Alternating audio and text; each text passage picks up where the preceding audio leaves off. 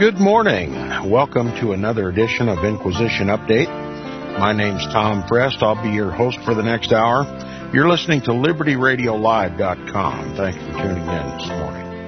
I wish to continue our reading and discussion of the book, The Vatican Billions by Avro Manhattan. I hope the complexity of the Vatican scandals haven't bewildered you, but it's information that we should be aware of to assess what the Catholic Church truly is in the world, and what association, if any, a Christian should have to do with it. Now, the Vatican's involvement, particularly the Vatican Bank's involvement in this massive, complicated, convoluted bank scandal is being uncovered slowly but surely. And the Vatican is having to answer some very, very pointed questions. The Vatican's response initially was that Archbishop Marcinkus, the head of the Vatican Bank, was the victim of sophisticated cosmopolitan swindlers who had gotten him into situations that he was innocent of, ignorant of. Let's put it that way. But we continue now in the last paragraph on page 251 of the book. It says, Pope Wojtyła, that's John Paul II, who knew the true facts, quietly set up a committee composed of 3 members of each disputant. Now, why did John Paul II know the true facts? Well, he was Pope, and he knew what that $1.4 billion was doing, what purpose it was serving for the church. And I maintain that much of the reason why Pope Wojtyła, John Paul II, was elected was to carry on with the operations, the secret clandestine operations of the Vatican Bank, to carry those on and to help cover up what was really behind all this money scandal through the Vatican Bank. But the heat is rising, and Pope John Paul II sets up a committee of 3 to help answer some of these questions. This committee, it says, its task was to reach a compromise acceptable to both Italy and the Vatican. Thereupon, he made it known that he was willing to reach a settlement with Italy's claims about the debts incurred by the Vatican Bank. Here's a quote. It says, "The Holy See is disposed to take all the steps that may be required for an understanding on both sides," he said, "provided the entire truth is brought to light." And let me tell you, no one was more involved in covering up the true nature of these scandals than Pope John Paul II. Anyway, continuing, it says the announcement had come after the 4-day meeting of over 100 cardinals held in Rome in November of 1982, already mentioned, during which he pledged his readiness to come to an understanding with Italy over the disputed $1,287,000,000 claim, which was reduced from the original $1.4 billion bill against the IOR. It says the papal admission to settle with a compromise raised more questions than it had answered or appeared to have solved. Since the panel had discovered, among other things, not only that the Vatican Bank, the IOR, had been heavily involved in the borrowing of the missing millions via the mysterious shell corporations, and equally that it had been their legal owner, but also that the several letters of comfort, as much as making the Vatican Bank the guarantor of these loans, had been issued as early as September of the previous year. And perhaps even more interesting, that Roberto Calvi had responded to them with letters of discharge of his own. In other words, alleviating the Vatican Bank of any responsibility, which he absolved the IOR of any responsibility for the borrowing. So here we have some complicated issues coming to rise here. And it says the close ties between Calvi and the director of the Vatican Bank, it was further discovered, had gone back years when the two had been involved in controversial activities via another Vatican top financier, whom we've already met, Michele Sindona. The trio, the Vatican's mafiosi, Sindona, Marcinkus, and Calvi, later nicknamed the Vatican Mafia, had operated together as early as 1972 at a time when they had acquired the Banca Cattolica del Veneto, owned by the Vatican itself. The Sindona, Marcinkus, Calvi transactions had manipulated, so it was said, about $100 million. When, following the Sindona crash, the official liquidator of the Banca Privata Italiana, one Giorgio Ambrosoli, presented his report to the American judiciary, Ambrosoli testified that, quote, at least $6.5 million had been paid, probably as a commission to an American bishop. That's a direct reference to Marcinkus, the head of the Vatican Bank. At that time, he was a bishop. And to a Milanese banker, that's a reference to Calvi at this period, who was at the Ambrosiano as a Sindona ex-protege. In his will, written days prior to his report and published in 1981, Ambrosoli, aware of the risk he was courting, wrote prophetically, quote, I might have to pay a very high price for what I've undertaken to do, unquote. And as we're going to see, he did certainly pay a high price. It says, interested parties, disconcerted at his findings, agreed with him. They decided to prevent the document from reaching the authorities. The day before he was to present his papers, they simply killed him. The true perpetrators of the murder were never discovered. Okay, more lives have been lost over this Vatican Bank scandal. And it says the close cooperation between Calvi and the IOR continued in later years.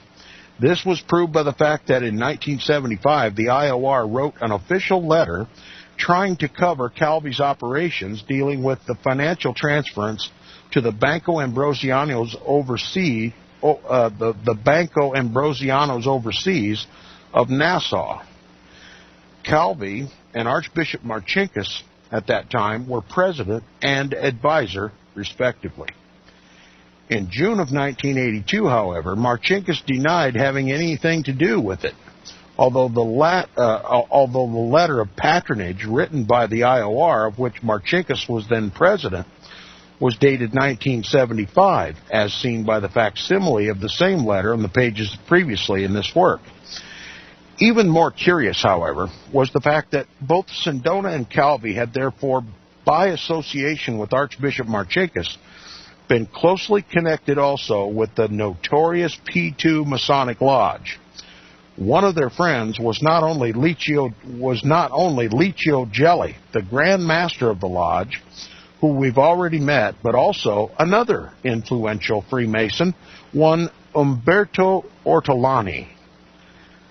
The latter had always been so close to the Vatican inner circles that he had been made a, quote, gentleman of His Holiness the Pope, unquote, also a knight of the Holy Sepulchre. So now you know what you have to do to become a knight in the Roman Catholic Church.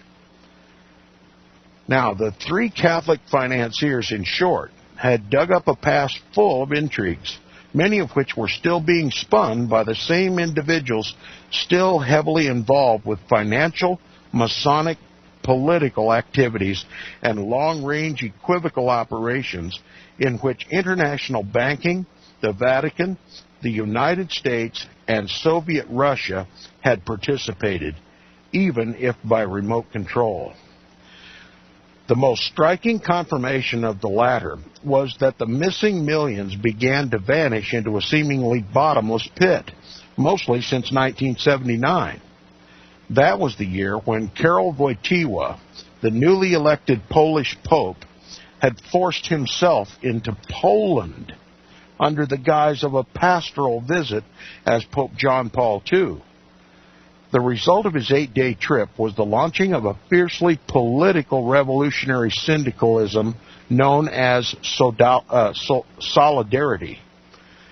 The movement, achieved by Pope Wojtyła and patronized by the CIA, the Central Intelligence Agency of the United States government. I call it Catholics in Action. Here you see Pope Wojtyła and the CIA working together, as we've seen in previous works. It says the movement conceived by Pope Wojtyła and patronized by the CIA needed and received large sums of money. Now you know what the black budgets of the CIA do. It's all about religion, folks. The CIA is rightly called Catholics in Action, and you have to remember this. This is a good portion of it, that is the money, came from the special sections of the CIA. The rest, it was asserted, from the unlimited generosity of the Vatican Bank.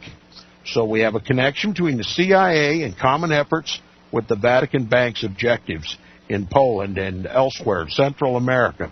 We're going to see more about this. It says many of the missing millions, it was suggested, were funneled directly into Poland by the IOR itself and its lay and ecclesiastical agents. The even wider financial hole in the Ambrosiano-IOR partnership had been caused not only by the personal misappropriations of professional mafiosi, but mostly by the large secret subventions of the IOR. In as late as June 30th, 1982, more than 10 days after Calvi was found dead in London, the loaned capital and interest due by the companies in Luxembourg under the code name of the IOR, that is, the Vatican Bank, was exactly $1,275 million, of which the first payment of $50 million had been due since the same June 30th, 1982. The equivocal operations of the IOR, and thus of the Ambrosiano Bank, directed at the furtherance of ideological objectives of a religious political character in which the Vatican, Freemasonry, and tangentially the United States had all been involved, had been under suspicion long before the crash came. Okay, so people were catching on to this unholy alliance between the CIA, the government of the United States of America, and Freemasonry, and the Vatican and the Vatican Bank. The suspicions had been fostered by a number of Catholic bankers who had been monitoring the unorthodox activities of both.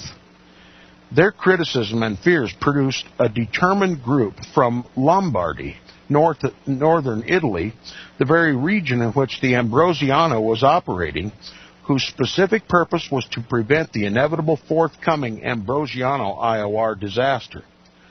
To that effect, they prepared a written document meant for Pope Wojtyła. They had prepared it, they said, to save the Ambrosiano, not so much because it was the most prominent Catholic bank, but equally because of its close association with the IOR. They regretted, they added, that the two were co-responsible for Calvi's operations and dealt with a degenerate Freemasonry in contact with the Vatican itself. The close association of the Vatican with Sindona, Calvi, Licio Gelli, and other Masons during the 10 previous years, plus their dealings with the IOR, they told the Pope, had involved the Vatican to such imbroglio that the like of which had never been seen before. In view of that, they asked him to dissolve the IOR, the Vatican Bank, to dissolve the IOR link with its current associates. In other words, they were pleading with Pope Wojtyła to get the Vatican Bank out of this scandal. And it says the dissolution was the more urgent since the Vatican Bank had become not only a partner of the Ambrosiano, but also because the IOR was a very active associate, adding by way of an extra warning that the IOR director, Archbishop Marcinkus, was as active. Indeed, that the Archbishop had been considered by none other than the Bank of Italy to be, quote, in the top management, unquote, of the whole dangerous Ambrosiano IOR affair with their sundry phantom corporations. Okay, the accusations are clearly being made now by the Italian government, and it's all focusing on Archbishop Marcinkus. Now, Pope Wojtyła did nothing. The involvement of the Vatican Bank had already gone too far. The papal machinations, supported by their financial subventions to the counter-revolutionary worker movement in Poland, by now had become unstoppable. So this is what they were doing with the money. They were subverting the government of Poland. And it says, as the crisis of the Ambrosiano was reaching a climax, however, the Vatican began to consider various steps by which to prevent it from turning into a total disaster. The first of such steps was to prevent the Ambrosiano crash. Its postponement would have saved the IOR. The key to the move was Calvi. Calvi was asked to have a secret encounter with Pope Wojtyła, something which was hotly denied by the Vatican after Calvi's quote-unquote suicide. The move was aborted because events, meanwhile, had forced Calvi to flee from Rome. Prior to that, Calvi had arranged also a secret meeting with the IOR top administrator, subsequently indicted by Italy. The meeting had been arranged for the 17th of June, the day before Calvi fled to London to meet his Freemason quote-unquote brother, Carboni. That there had been serious moves to save the Ambrosiano and therefore the Vatican Bank was proved also by another top disclosure. 24 hours before Calvi's quote-unquote suicide, a consortium of bankers from the United States had made a definite offer to save the Ambrosiano IOR with a prompt $1.25 billion. The financial problem, therefore, although of the utmost seriousness, basically was quote-unquote solvable. The more so, since addition to the providential offer from the United States consortium, there had been another monetary rescue move. Calvi, it was disclosed, had flown to London also to strike a deal with a super Catholic organization, the Opus Dei. Now listen carefully to what Avro Manhattan says about Opus Dei. The Opus Dei is a semi-secret religious lay order whose paramount objective is total support for the papacy and of the most conservative principles of the Catholic doctrines. Now, this is similar to the purpose of the Jesuits and so many of the ecclesiastical lay organizations of the Roman Catholic Church, like the Knights of Malta and the Knights of Columbus. They're there to protect the papacy. But this group, the Opus Dei, some people pronounce it, is an ultra-conservative Roman Catholic organization. Now, what does that mean? That means they hold to the traditional conservative, I call Tridentine Roman Catholic doctrines, in that they hold fast to the doctrines of the Council of Trent. Okay, the doctrines of the Council of Trent was to label Protestants heretics, to be extirpated by Inquisition and torture and murder and slaughter and genocide and religicide and every other side. Okay, Opus Dei is determined to destroy Protestantism and to raise the papacy to world supremacy. All right, now continuing with the text, it says, its devotion to both is unequaled. That is, its devotion to the papacy and its devotion to the bloody Counter-Reformation is unequaled in the Catholic world, this author says. Its members have dedicated themselves with their personal and corporate wealth to be the blind instruments of the Roman Catholic Church. All right, their entire lives, their personal lives, and also their corporate wealth is dedicated to the service of the papacy. And you'll find this consistent in just about every ecclesiastical order of the Roman Catholic Church. Now, owing to such religious totality, Opus Dei considered its duty to help the Vatican, and thus the Pope, to extricate themselves from the Ambrosiano IOR impasse. This could be done by filling in the quote-unquote hole created by the missing millions with millions of their own dollars. So Opus Dei wants to bail out the Vatican Bank to save the papacy and to continue with this Vatican Jesuit-led New World Order. You know, this Vatican Bank scandal has had the potential to topple the papacy, as we're going to find out later. Now, to the Opus Dei, P2 Lodge was not only a simple Masonic lodge. It was an evil body with powerful political interests, reaching the most recondite nooks of national and international illegality.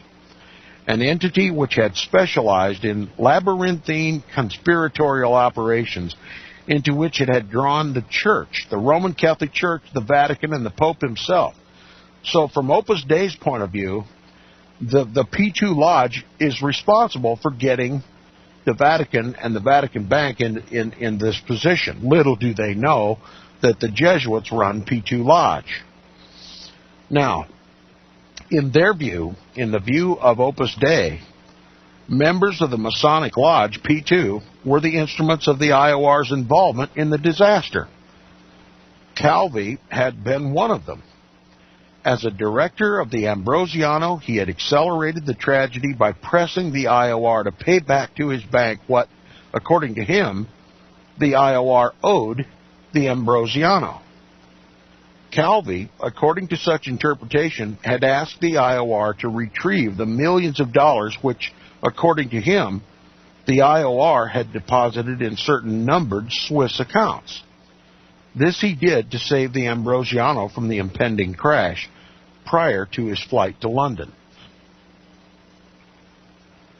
Now, continuing, it says, the disaster occurred when the IOR refused to do so, because either it could not or was ordered not to, or because the money had been locked into numbered accounts to which others had the key. The Grand Master of P2 Lodge, Licio Gelli, knew the secret number of the accounts of the Union Bank of Switzerland, as later, in September of '82, Attorney General of the Swiss Canton Ticino Bernasconi revealed when stating, quote, stating that, quote, large sums of the Ambrosiano had been secreted into several numbered accounts, unquote. So, they know where the money's hid, they're in trouble, and they're going to try to retrieve that money. And it's going to lead to trouble, and we'll be right back after these messages. It says the Grand Master of the P2 Lodge, Licio Gelli, knew the secret number of the accounts of the Union Bank of Switzerland, as later on, Attorney General of the Swiss Canton Ticino, it's hard for me to say, Canton Ticino, Bernasconi, revealed when stating that large sums of the Ambrosiano had been secreted into several unnumbered Swiss accounts. Several numbered Swiss accounts. They're anonymous accounts. This is where the Vatican and criminal elements throughout the world secret their money in Switzerland, in numbered bank accounts. Okay, Licio Gelli knows the number of one of these numbered accounts in Switzerland, And he's going to try to retrieve this money, as we're soon going to see. It says the speculations seem to have been substantiated, although not the identity of the depositors, when top members of the P2 Lodge tried to withdraw $160 million and the other an undisclosed large sum from Swiss banks, as we've already seen, and were arrested as a result. Calvi's flight to London and his aborted attempt to negotiate a deal with the Opus Dei to prevent the impending Ambrosiano IOR disaster, therefore, seem to have been an attempt on the part of the Opus Dei to provide the money in order to save the Vatican from the inevitability of a major financial scandal. Also, to prevent the disclosure of the Church's involvement with sundry operational partners like a notorious Masonic lodge and equivocal associations suspected of dealing with political and social subversion, not to mention with arms trafficking and even drug smuggling.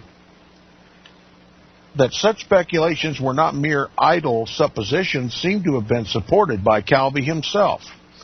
A few weeks before, Calvi, referring to the impending Ambrosiano crash, in fact gave a telling warning. Quote, "Should anything happen to me," Calvi had stated, "the Vatican would find itself in such a scandal that it would have to leave St. Peter's Square." Now, let me read that again now so you comprehend. This is Roberto Calvi, God's banker, they say. And it says, if anything should happen to me, Calvi stated, if anything should happen to me, the Vatican would find itself in such a scandal that it would have to leave St. Peter's Square. Unquote. So Calvi's got the goods, and he's just simply warning he's willing to spill the beans. And it says, thereupon, acknowledging his fear that he might even be killed, he went so far as to imply that the disclosures which might follow, had not a solution been found in the meanwhile, could be of such perilous nature that, quote, the Pope himself would have to resign, unquote. It was obvious that a man who could make such ominous allusions must have had factual evidence of a most alarming nature at his disposal. Since it was clear that he was referring to operations that bypassed mere financial transactions, such as the fermenting of political unrest, the sale of arms, and the promotion of ideological subversion. The sum of such activities, promoted simultaneously by the Mafia, Freemasonry, the Roman Catholic Church, and the Vatican Bank, would have amalgamated their forces into a monstrous consortium of secretive, if not illegal, activities. Calvi, who it seemed was ready to accept the Opus Dei's offer, was warned, quote, not to accept their financial assistance, unquote. This warning, given at the last moment, had come, it was said, from certain prominent individuals of the P2 Lodge. Now, it shows a copy in the book of an article in an Italian newspaper. It says the above article from Il Giornale of August 22nd, 1982, presents a document drafted by Catholic shareholders and meant for Pope John Paul II. It condemns the close partnership of the Ambrosiano and the IOR.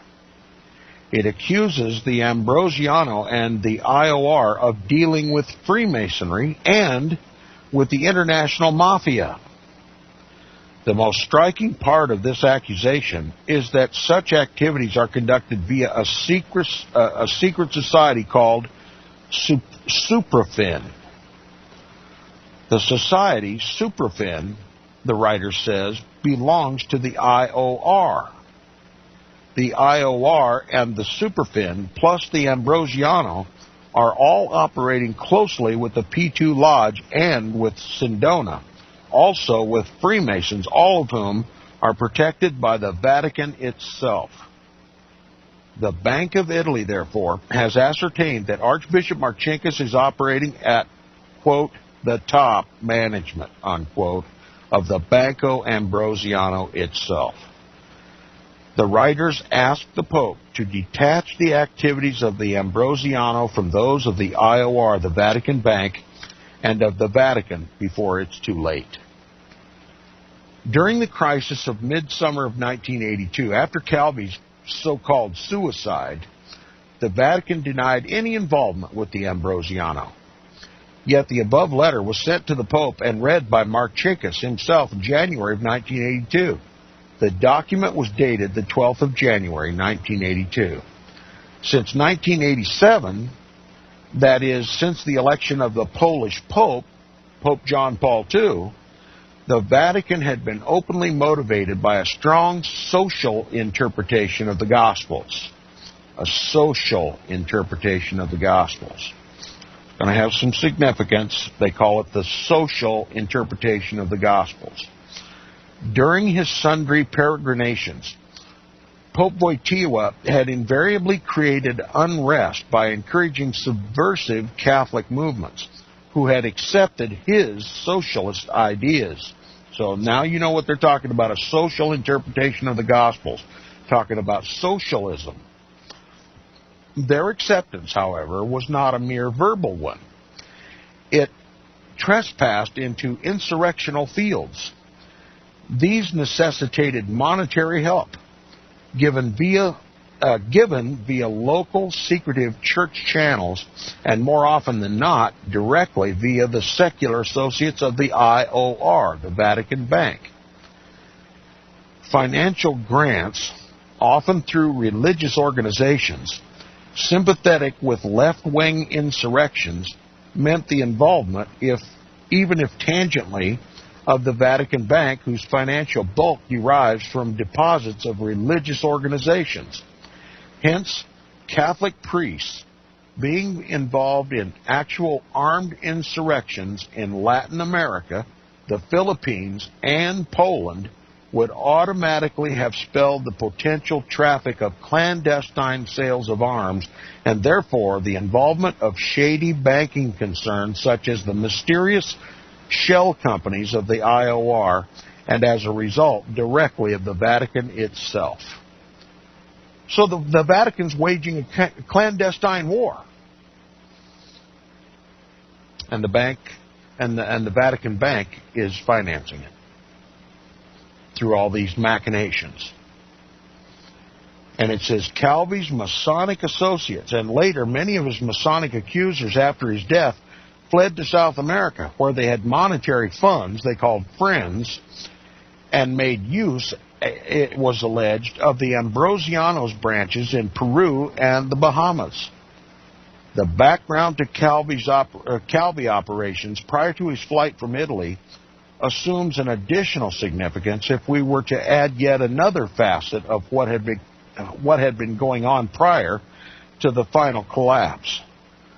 The head of the anti-terrorist police, General Roberto Dalla Chiesa, had repeatedly warned Calvi of impending danger to his life. The general had hinted, however, that the peril was of a more intangible nature than he suspected. Quote, "Look behind your back," he used to tell him. Calvi's wife, who at this time had to be guarded by the police, later insisted that her husband's life had been endangered by the quote-unquote priests. Calvi, it appears, had also become convinced that those who wanted him out of the way were in the Vatican, a suspicion which was never proved.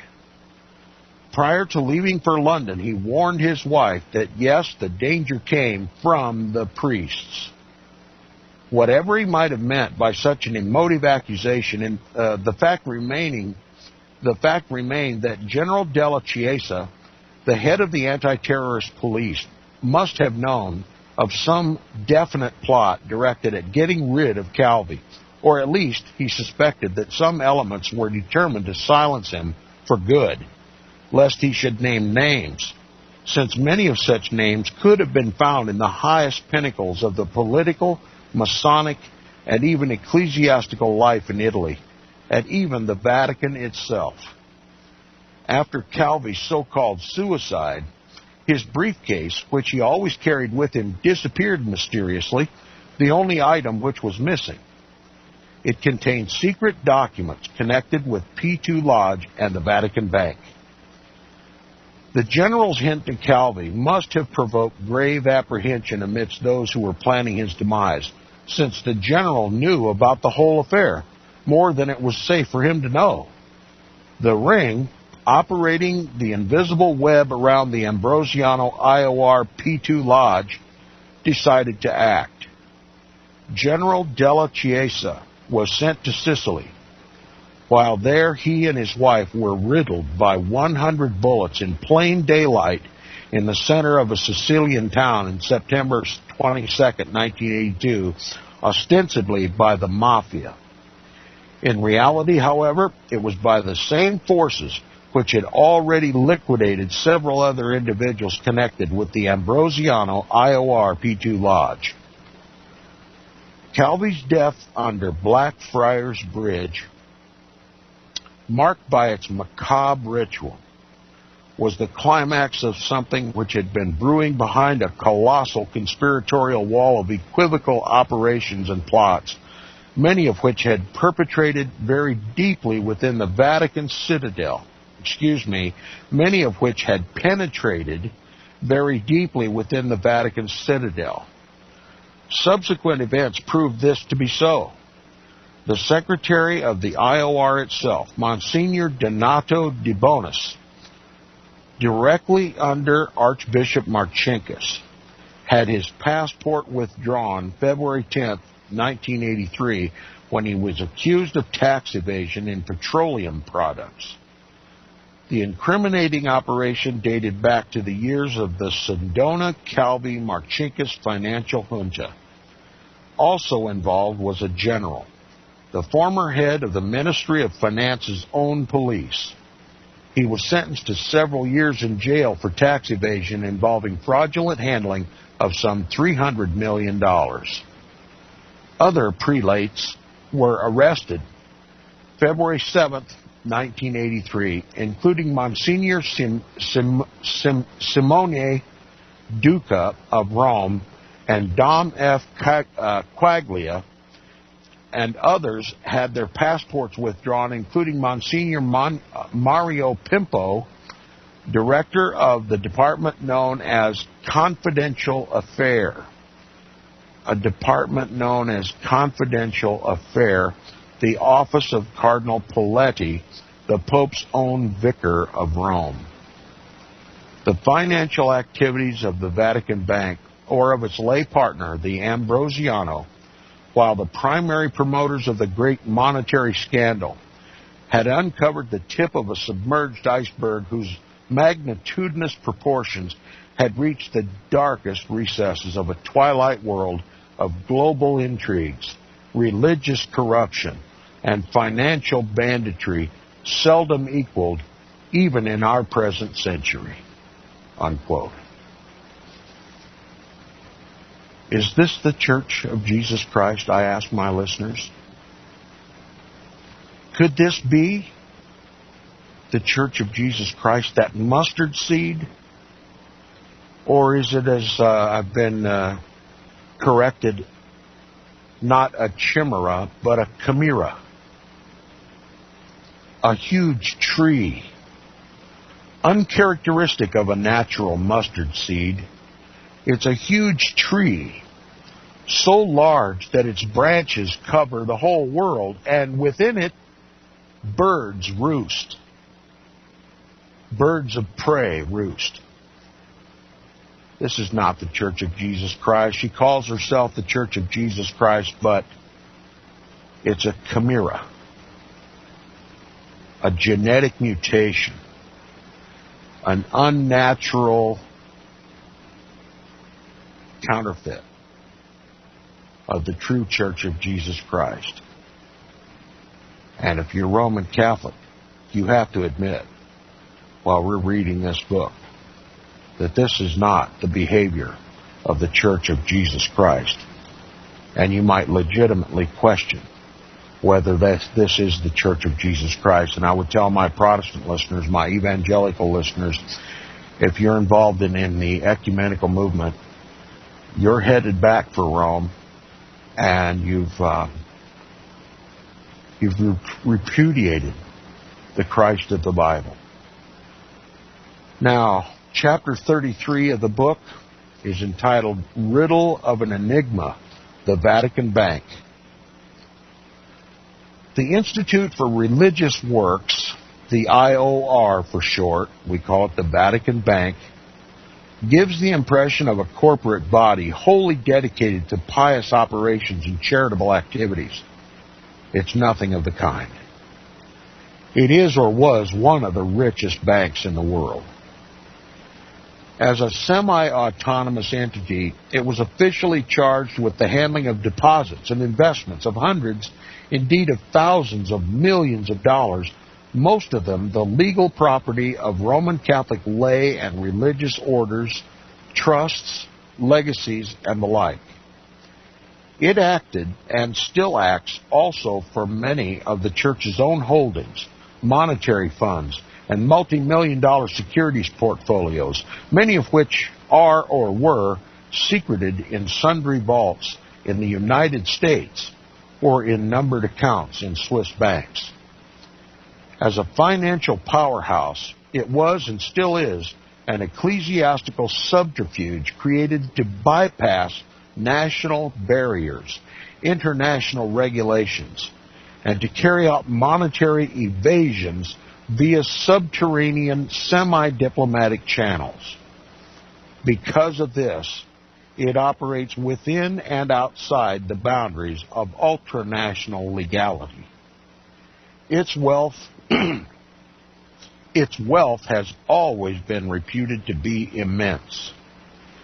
That this was no mere speculation was substantiated by the prosaic assessments of level-headed international financiers.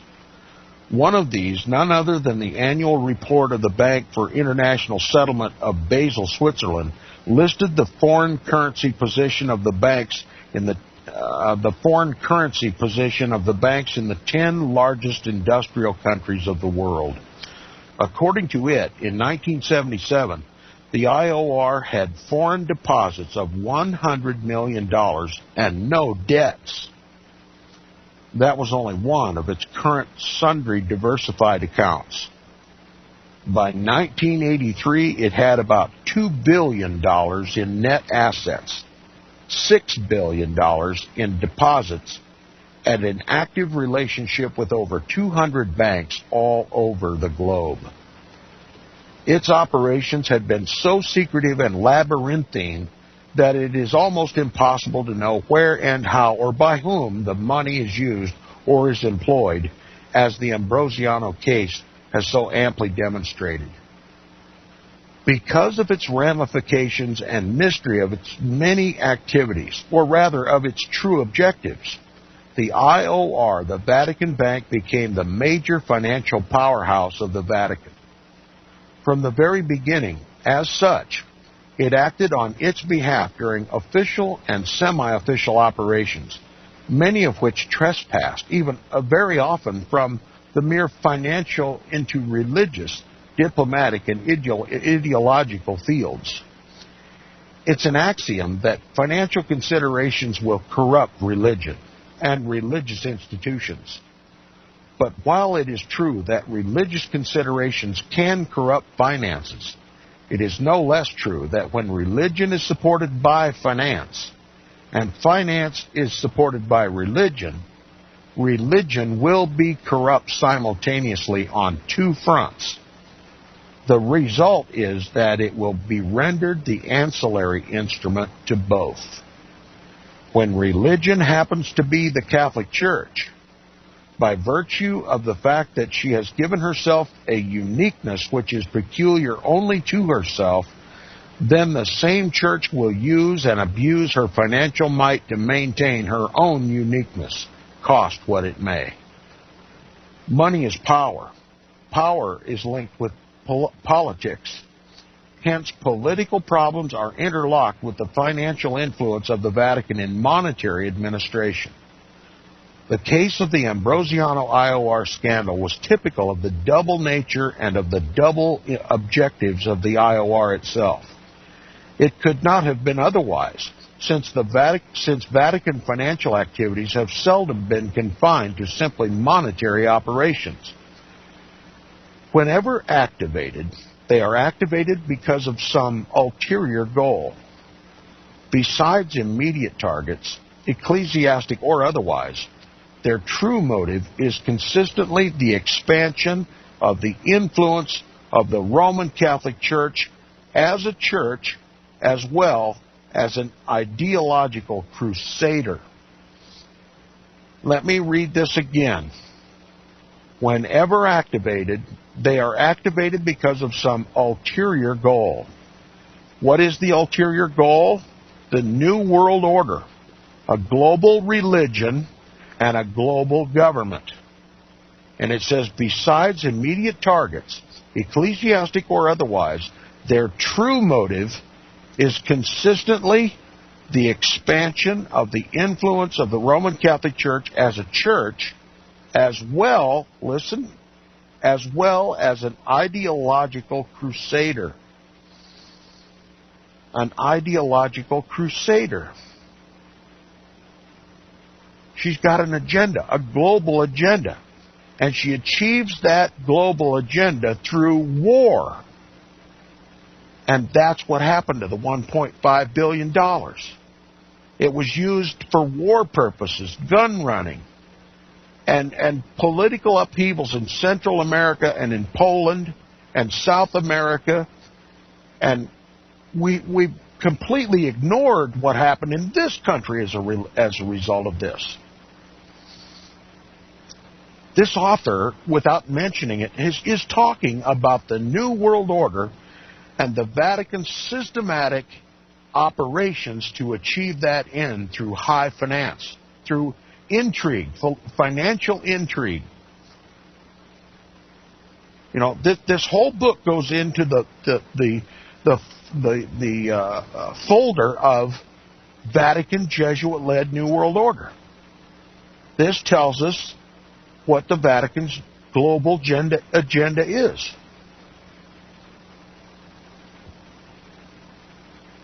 She's involved in ideological crusades. Ideological crusades. And what's the ideal for the papacy? That it rules the world. That it's the head of the world religion.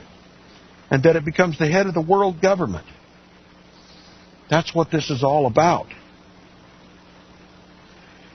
He says, under Pope Paul VI, for instance, large sums of money were siphoned via the IOR, the Vatican Bank, into feeding left-wing oriented movements in many parts of the world. These were also sponsored by another financially mighty power, that of the Jesuits, who shared Pope Paul VI's left-wing views. The Vatican-Moscow alliance, although never officially accepted as such, was a de facto reality. What made such a political reality active were the secret financial operations of the Vatican Bank and its subsidiaries. That speaks volumes.